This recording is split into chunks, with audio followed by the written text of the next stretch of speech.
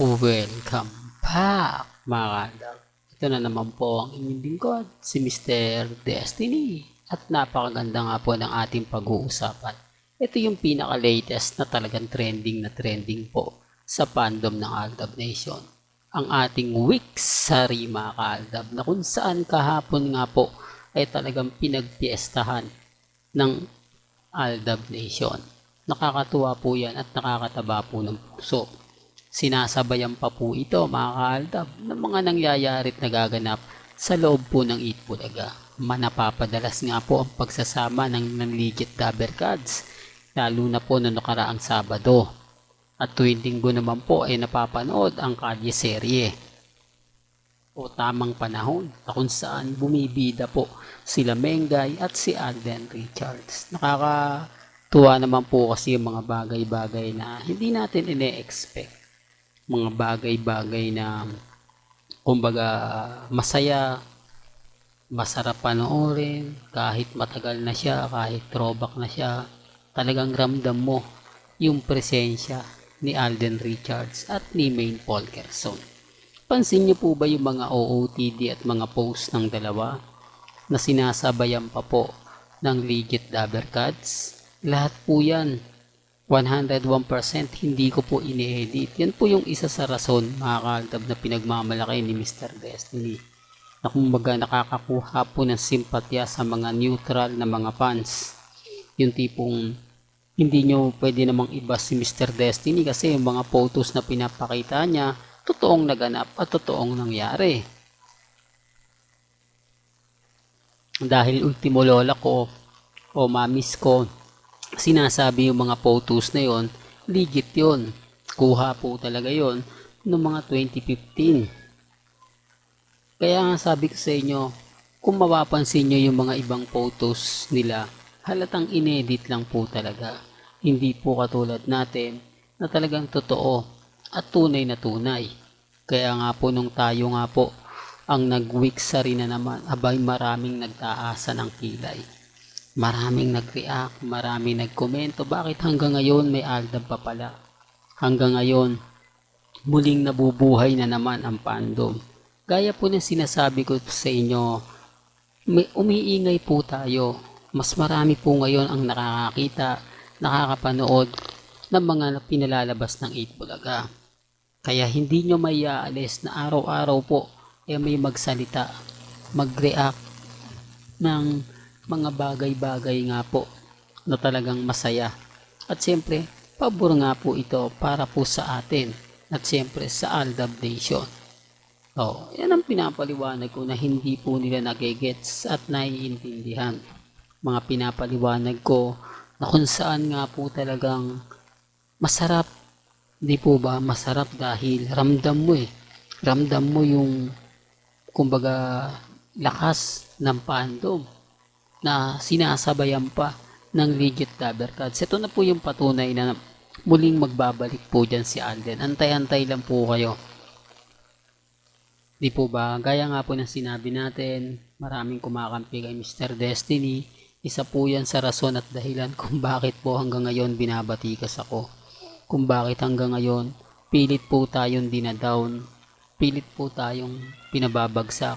Hindi po kasi nila matanggap na bawat post ng legit Dabber Cards, bawat post ni Maine Polkerson ay may ganti si Alden Richards. Yan ang rason kung bakit po tayo matatag. Halos araw-araw po may nakakakita. Halos araw-araw po may mga bagong komento na pumapabor nga po talaga sa atin. Ito nga po yung sinasabi ko sa inyo na mahirap nga po talagang ipaliwanag pero nakakataba po ng puso yung iba't ibang komento. Halataan nyo naman po na walang dummy account si Mr. Destiny. Yan po ipatunay sa mga nagre-ring na reaksyon ng mga ilang fans ni Mr. Destiny at yung mga neutral lang na tumitingin. Kasi nga po kung mas marami ang dummy account ko, makikita nyo at madaling mabasa yung komento. Kaya nga po ramdam na ramdam ni Mr. Destiny kung gaano po kamahal ng mga Aldab Nation. Siyempre, kapag maraming nagmamahal sa'yo, marami rin naman po ang hindi talaga sang-ayon. Marami naman po talaga ang naiinis at syempre galit na galit. Ebidensya at resibo yung mga kalingap, yung mga napapanood ninyo at napapakinggan. Kaya nga po hindi ako basta-basta nagpapatalo. Hindi tayo basta-basta nagpapatinag. Lalo na nga po kapag ang pinag-uusapan natin ay ang fandom ng Aldab Nation. Kaya relax lang po sa mga mamis. Kasi si Alden Richards naman po kakampi natin dito eh. Kakampi ng pakikipaglaban. Pakikipaglaban para po sa fandom ng Aldab Nation. Po ba? Kaya dun sa mga kumbaga kritiko ni Mr. Destiny, sa mga nagsasabi na fake news si Mr. Destiny, abay, okay lang po yan. Hindi po ba? Normal lang yan. Ako hindi ako magpapatinag talaga basta usap-usapang Aldab. Sabihin nyo na po yung lahat. Komento nyo na po yung lahat. Pero hindi po natitinag at hindi po magpapatinag si Mr. Destiny. Rin to. Kahit po kasi anong sabihin nila, anong gawin po nila, wala po, malakas pa rin ang fandom. Yan po yung katotohanan na hindi nila kayang kumbaga alisin, pagpapatunay at siyempre respeto na lang po sa mga taong kumbaga hindi tanggap. Kaya nga dun sa mga nagsasabing wala ng Aldab, by common sense na lang po kayo. Di po ba? Kasi kapag lagi nyo sinasabihan yan, lagi po kaming pinag-uusapan.